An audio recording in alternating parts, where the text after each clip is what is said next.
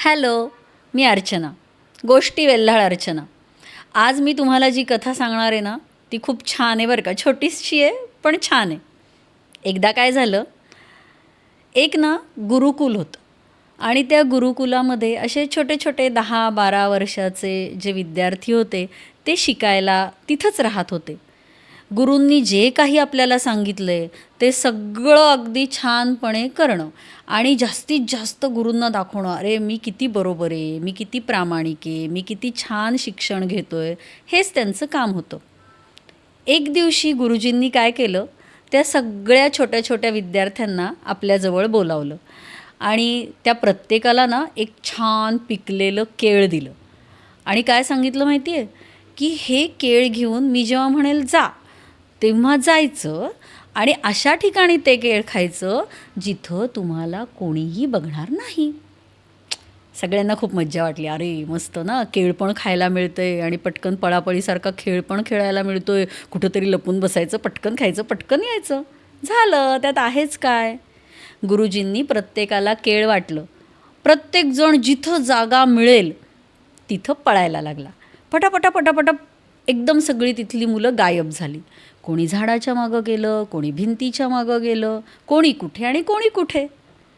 प्रत्येकाने पटपट पटपट केळ खाल्लं, संपवलं आणि गुरुजींच्या समोर येऊन उभे राहिले.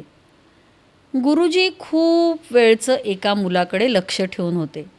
हा जो आपला छोटा मित्र होता त्याचं नाव होतं कनकदास. तर हा काही कुठं जायलाच तयार नाही. त्याच्या हातामध्ये ते केळ, कधी इकडं बघतोय, कधी तिकडं बघतोय, कधी इकडं जाऊ का, कधी तिकडं जाऊ का. त्यांनी ते केळ खाल्लंच नाही.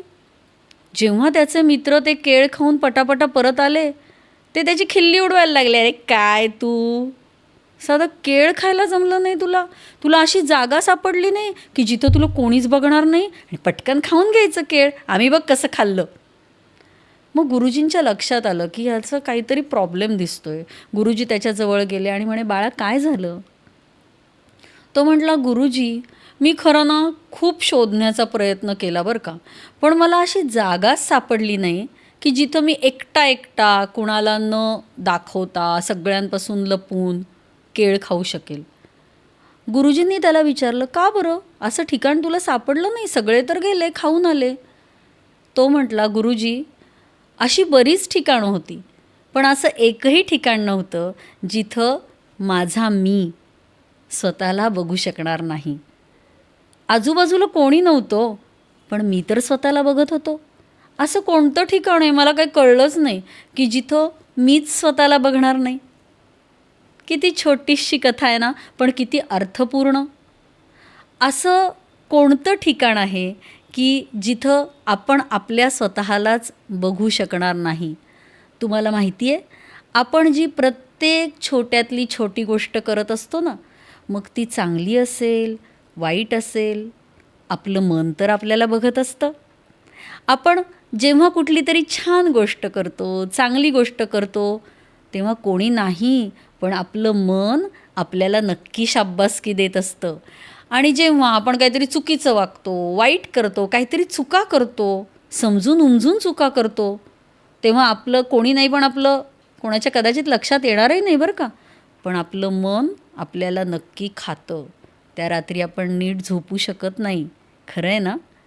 त्यामुळे आपण आपल्या मनाला ओळखायला शिकूया, आपल्या मनातला आवाज ओळखायला शिकूया.